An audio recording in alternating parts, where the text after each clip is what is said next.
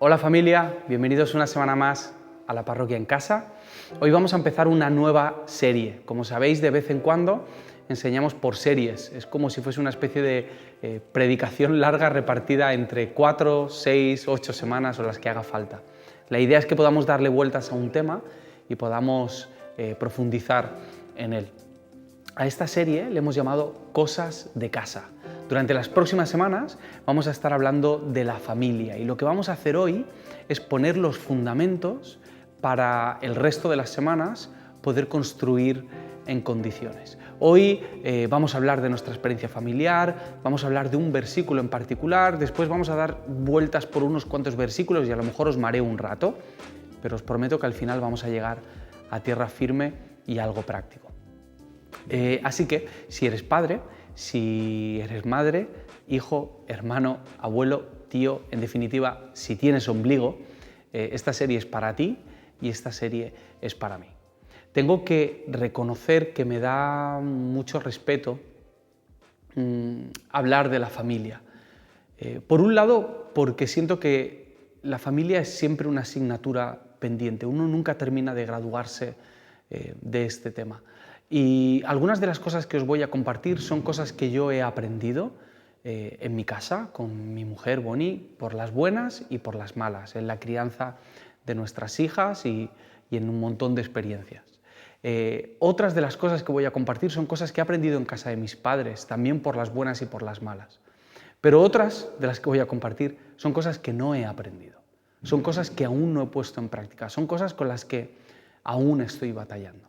Otro de los motivos por los que me da un poco de respeto hablar de este tema es porque no sé cuál es tu situación, no sé cuáles son las circunstancias que has vivido en tu familia y tus historias y no me gustaría lanzarte clichés cristianos acerca de la familia o generalizar y no tener en cuenta tu experiencia.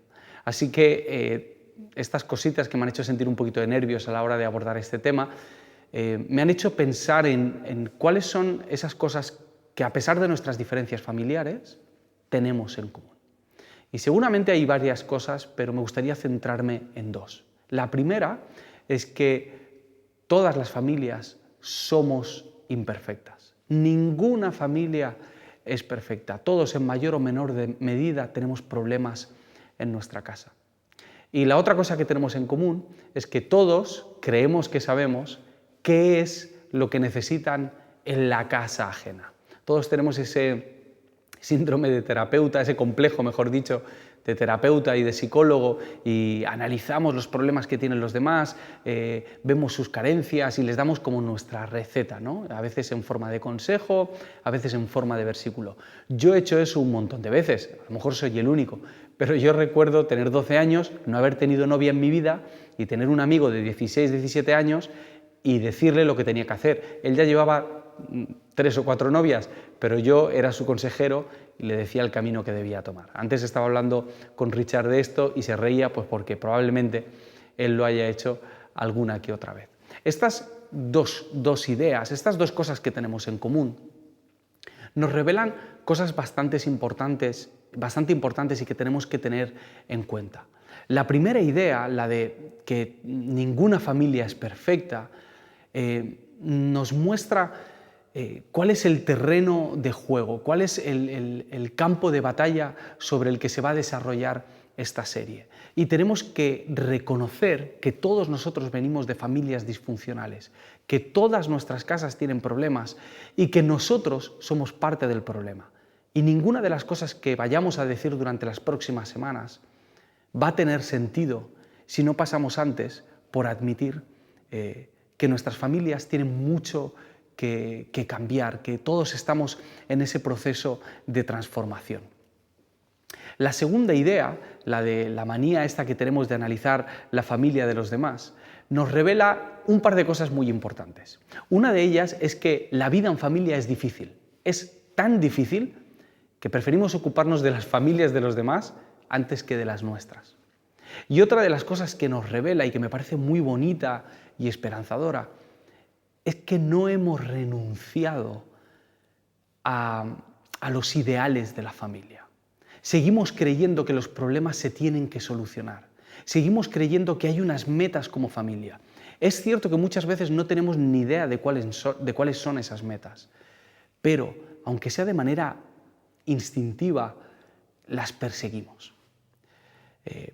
Todos estamos en este barco, todos estamos en el barco de la familia. La cuestión es si el barco está a la deriva o si el barco tiene un rumbo. Y hoy me gustaría poder hablar de eso, del rumbo de nuestras familias, hacia dónde estamos yendo.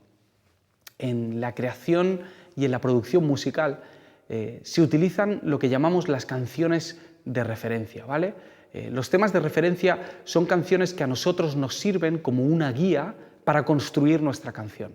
Son canciones que son un ejemplo y bueno, nos ayudan a saber qué instrumentos tenemos que utilizar, cuál es la mejor manera de producir o arreglar ese género o ese estilo, de qué manera debemos acercarnos al tema en la escritura para ser coherentes con el concepto de la canción. Hay un montón de preguntas que nos hacemos y que las canciones de referencia nos ayudan a responder. Son esas guías hasta que nuestra canción ya tiene la suficiente personalidad y carácter como para valerse por sí sola. En la vida nosotros necesitamos también personas de referencia. Son un montón de veces las que he escuchado a los padres decir: es que mi hijo necesita referentes, es que la juventud necesita referentes. Pero los matrimonios, las familias, las relaciones de padres, hijos, hermanos, por más que nos duela, también necesitan referentes. Y digo por más que nos duela porque nos toca un poquito el orgullo, tener que admitir que como familia necesitamos otras familias que puedan dejar esas huellas para que nosotros las pisemos. ¿Cuáles son los referentes familiares de nuestra cultura? ¿Cuáles son los ejemplos? ¿Cuáles son esas familias que pasan mucho tiempo delante de nosotros, incluso que forman parte de nuestras conversaciones? Si echas un vistazo a los medios de comunicación y a las redes sociales, verás, por ejemplo, a las Kardashian, verás a las familias de las series de televisión, verás a las familias de los futbolistas, a la familia del rey, a la familia de la Pantoja. Todas estas familias, o casi todas, tienen en común que no son ejemplares. Aún así, son las familias que más se exponen en nuestro país y a las que más acceso tenemos. ¿Qué familia hoy en día en España es digna de imitar? Para mí lo era Iker y Sara. Iker Casillas y Sara Carbonero. Y me acabo de enterar esta semana que se van a divorciar. ¿Ahora qué hago yo con el momento más hermoso de la historia de España, ¿no? ¿Ahora qué hago yo con ese beso en la final del Mundial? Cojo y me lo guardo en el bolsillo porque parece que se van a divorciar. Y la cuestión es que no solamente se exponen en televisión, es que no pasa mucho tiempo hasta que sus vidas se acaban convirtiendo en una norma para las demás, se acaban convirtiendo en un referente para otros. Hay otra familia que es referente para cada uno de nosotros y es la nuestra, en la que nos hemos criado. Queramos o no queramos, aunque no estemos de acuerdo con cómo hicieron las cosas nuestros padres, probablemente nosotros repitamos muchas de las cosas que aprendimos en nuestras casas. Si eres creyente, sabrás que ni las Kardashian, ni Iker, ni la casa de tus padres son el mejor ejemplo. A veces los creyentes tenemos la manía de responder todo con en la Biblia está, ¿no? Y es cierto, en la Biblia encontramos muchas respuestas, pero también es verdad que en la Biblia encontramos muchas preguntas e interrogantes. Y a veces cuando decimos que en la Biblia encontramos el referente de familia bíblica, yo no sé muy bien si sabemos qué es lo que estamos diciendo. Tengamos en cuenta que el primer asesinato fue entre hermanos y lo encontramos en la Biblia, que no muchos capítulos después, en el libro del Génesis, nos encontramos al primer hombre que se casa con varias mujeres. Poco después nos encontramos a Abraham, que tiene relaciones sexuales con su sierva. Vemos que el mismo Abraham niega que Sara es su mujer en un momento muy delicado y que casi les cuesta un lío bastante gordo. Vemos la relación entre Jacob y Esaú y en cómo uno le roba la primogenitura al otro. Vemos la relación entre José y sus hermanos. Vemos a David y a su hijo y una guerra civil que estalla entre padre e hijo. Vemos cómo Noemí y Ruth pierden a sus maridos. Y en la Biblia encontramos una y otra vez estas historias familiares de violaciones entre hermanos, de incesto y de traiciones familiares. Yo no sé si sabemos a qué nos estamos refiriendo cuando decimos la familia bíblica. Lo más parecido a una buena familia en la Biblia es la familia de Jesús. Y comenzó con un casi divorcio. Y tuvieron muchas más historias. No sabemos mucho acerca de la infancia de Jesús, pero una de las historias que sabemos es que en un viaje, María y José, un día y medio después de estar viajando, se dan cuenta de que su hijo no está con ellos. Vuelven a la ciudad donde estaba, lo encuentran hablando con los doctores de la ley y se enfadan con Jesús. Padre y madre se están enfadando con su hijo, el hijo perfecto, el hijo soñado, el hijo que estaba dejando alucinados a todo el mundo en el templo. Bueno, pues ellos se enfadaron con él, lo cual es muy revelador, chicos y chicas, y nos cuenta algo muy importante de los padres, que da igual lo que hagas, tus padres se van a enfadar. Pero bueno, vamos a entenderlo, ¿vale? Vamos a verlo con misericordia. Si en la Biblia quieres encontrar una familia ejemplar, si en algún momento la encuentras, probablemente es porque no te cuenta mucho acerca de esa familia. Porque en cuanto empiezas a tirar del hilo, empiezas a encontrar los trapos sucios de esa familia. Y los trapos sucios de las Kardashian y los trapos sucios de tu casa. Entonces, ¿cuáles son los referentes que tenemos? ¿Cuáles son los ejemplos que nos pueden ayudar a navegar en esta época tan compleja para la familia? ¿Y por qué es importante saberlo? ¿Y por qué es importante tener esos referentes? ¿Qué puede pasar y qué no puede pasar si tengo esos referentes? Me gustaría leeros Proverbios 29, 18. La primera parte, muy cortito, dice: sin profecía el pueblo se desenfrena. Sin profecía el pueblo se desenfrena. Esta palabra, profecía, se puede traducir también como visión, como espectáculo, como sueño o como revelación. Lo que está diciendo es que sin profecía, sin un sueño, sin una revelación, sin una imagen clara de hacia dónde quieres ir, el pueblo se desenfrena. Otras traducciones dicen que se desvía, se pierde, se extravía. Hay una que dice el pueblo perece. ¿Cuál es la visión de tu familia? ¿Cuál es esa imagen que tú sueñas ver en el futuro? ¿A dónde te gustaría que llegase tu familia? Si hiciésemos una foto de tu familia dentro de 30 años, ¿cómo sería esa foto? ¿Quiénes estarían en esa foto? ¿Cómo se llevarían las personas que se encuentran en esa foto? Cuando tus padres no estén, ¿cómo quieres recordar la relación de tus padres? ¿A qué aspiras como familia? ¿Quiénes van a estar a tu lado en ese momento? Es importante que nos hagamos esta pregunta, porque esa es la imagen que vamos a perseguir. Y no tener esa imagen probablemente traiga el mismo desenlace que el de un pueblo sin visión, que se pierde, se extravía y perece. Son muchos los creyentes, los discípulos de Jesús, que se conforman con que su familia simplemente no esté tan mal, con que no sea un problema, con soportar el matrimonio, con que nuestros hijos no se droguen, con que nuestra hija no se quede embarazada antes de tiempo, con que nuestro hijo no deje embarazada a una chica antes de tiempo, o con tener una relación decente y más o menos fraternal entre hermanos. Para algunos, el matrimonio en concreto es el remedium peccati. El remedium peccati es el remedio del pecado. Es simplemente ese lugar legal en el que puedes hacer lo que tú querías hacer antes, tener sexo, pero sin sentirte culpable. Y ese motivo no es suficiente para soportar las presiones de un matrimonio.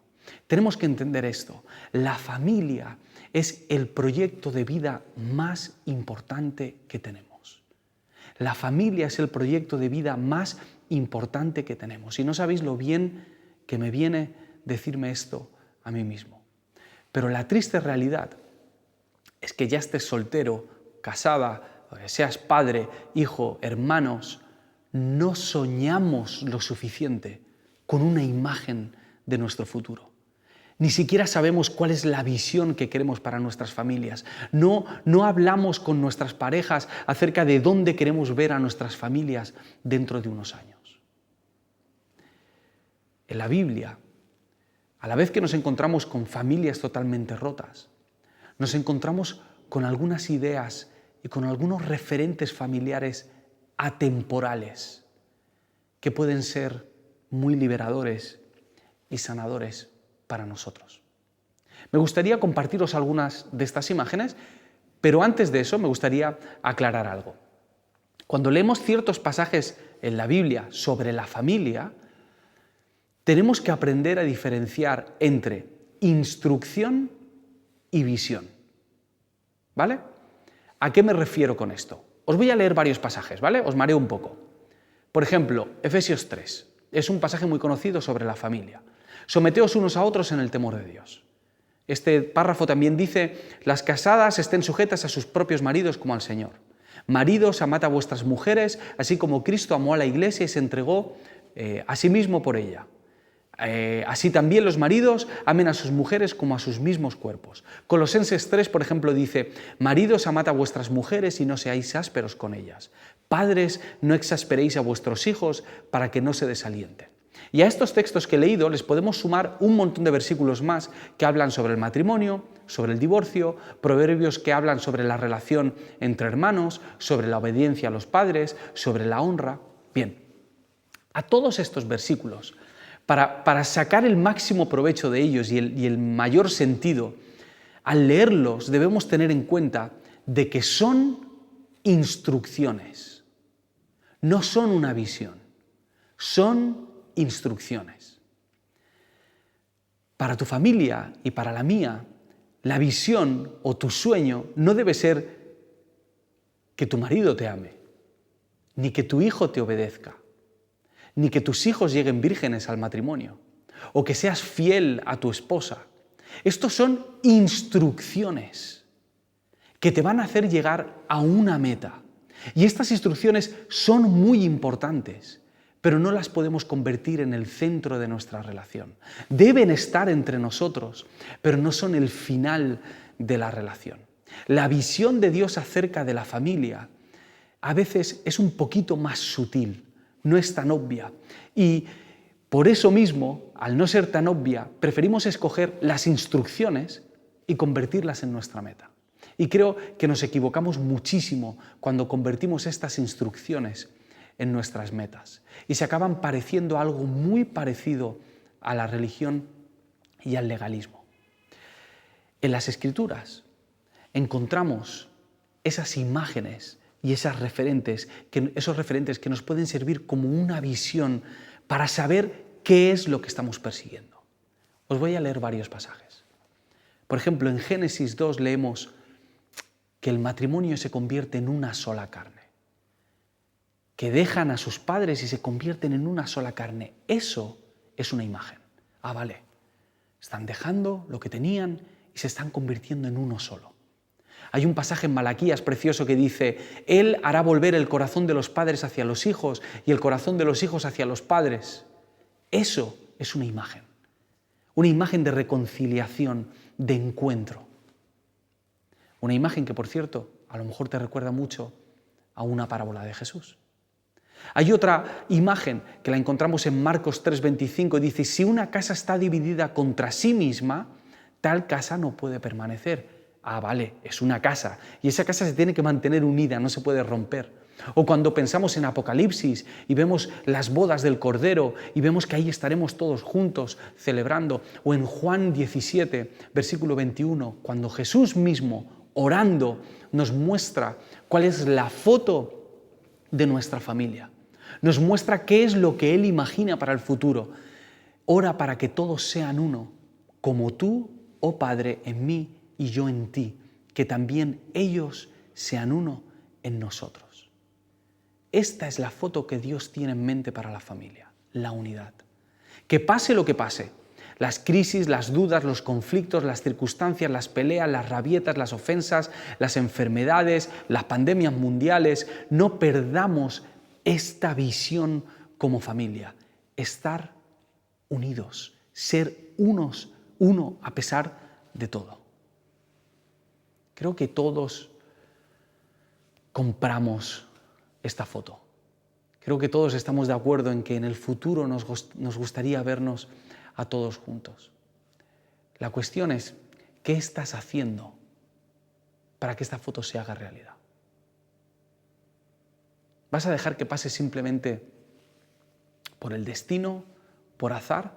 ¿O estás actuando para que algún día esta visión que Jesús tiene sobre tu familia se haga realidad?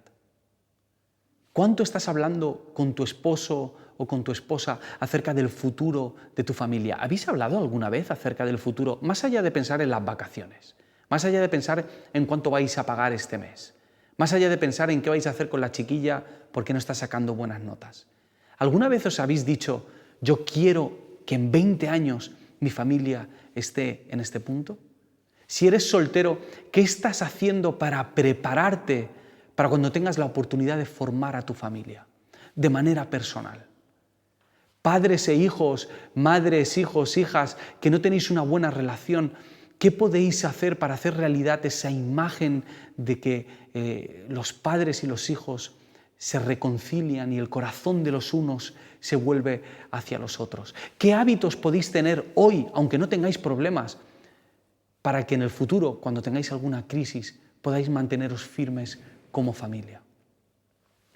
Jesús ya se ocupó de lo más importante. Quiero leeros Colosenses, versículo 1 y versículos 19 y 20. Por cuanto agradó al Padre que en Él, en Jesús, habitase toda plenitud, y por medio de Él reconciliar consigo todas las cosas, así las que están en la tierra como las que están en los cielos, haciendo la paz mediante la sangre de su cruz. Su muerte, su vida, su resurrección, su sangre en la cruz es la llave que abre la puerta a la unidad en nuestras casas. Es lo que va a permitir que nosotros podamos soñar con esa imagen futura de estar unidos.